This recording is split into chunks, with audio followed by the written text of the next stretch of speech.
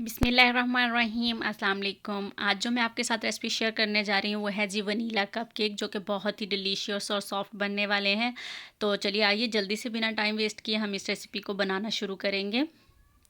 जी तो यहाँ मैंने लिया है जी सबसे पहले एक बाउल, इसके अंदर मैं शामिल करी हूँ जी 1.5 कप मैदा, 1.5 कप यानी 1 कप और आधा कप मैदा लिया है मैंने यहाँ पर। अब मैं इसके अंदर शामिल करी हूँ जी बेकिंग पाउडर, बेकिंग सोडा और नमक। हाफ टी स्पून लिया है मैंने इन सब का, half tea spoon baking powder, half tea spoon baking soda और हाफ टी स्पून ही सॉल्ट।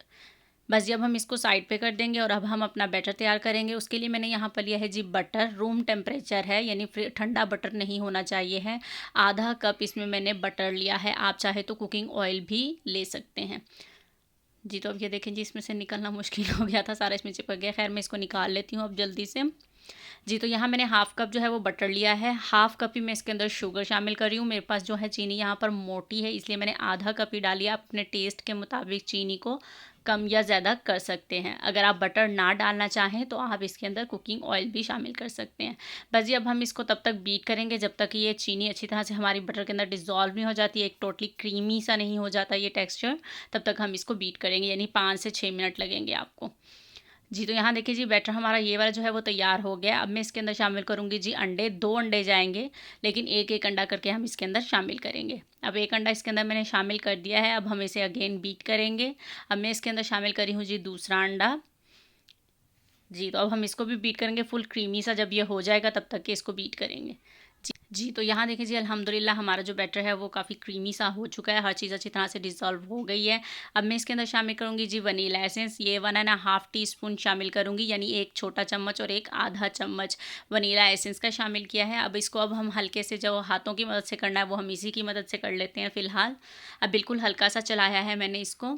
अब मैं इसके अंदर शामिल कर रही हूँ जो हमने मैदा तैयार करके रखा था वो आधा आधा करके शामिल करूँगी। 3/4 कप हमने यहाँ पर दूध लिया है, दूध भी हमारा रूम टेम्परेचर है, वो भी मैंने अभी थोड़ा शामिल किया है। बस जी इसको भी हमने मिक्स कर लिया है। अब मैं इसके अंदर बाकी का बचा हुआ मैदा और दूध शामिल कर दूँगी। जी तो यहाँ 3/4 कप हम लोगों ने यहाँ पर दूध का इस्तेमाल किया है। अब हमें बीटर की ज़रूरत नहीं है, आधा हमने जो है वो मशीन की मदद से मिक्स कर लिया है, यानी बीटर की मदद से, आधा जो है वो हम हाथ की मदद से करेंगे। इसका बैटर जो है वो रनी नहीं होना चाहिए है, ना ही ज़्यादा थिक होना चाहिए है, नॉर्मल होना चाहिए है। अभी मैं आपको आगे दिखाऊंगी कि कितना। जी तो यहाँ देखिए जी मैंने अच्छी तरह से मिक्स कर लिया है। ये देखें जी स्पून की मदद से ज़्यादा गिरना नहीं चाहिए, इस तरह से स्मूथ सा होना चाहिए हमारा बैटर कपकेक के लिए। जी तो यहाँ मैंने ले ली है जी बेकिंग ट्रे, उसमें मैंने रख लिए हैं जी कप लाइनर। अब मैं इसके अंदर फिल कर दूँगी। हम फुल फिल नहीं करेंगे, एक हिस्सा छोड़कर इसको फुल करेंगे। इसी तरह से मैं एक स्पून की मदद से डाल रही हूँ कि ये थिक होता है, तो इसीलिए हमें डालें ताकि ज़्यादा हमारा जो लाइनर है वो ख़राब ना हो। अब मैं इसी तरह से सारे जो है वो फिल कर लूँगी।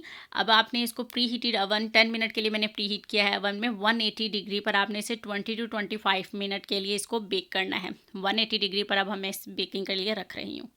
जी तो अल्हम्दुलिल्लाह जी 180 डिग्री पर 20 मिनट में हमारे जो मज़ेदार से वनीला कपकेक हैं वो तैयार हो चुके हैं। आप देख सकते हैं इनकी लुक कितनी मज़े की लग रही है, तो इसे डिश आउट करते हैं।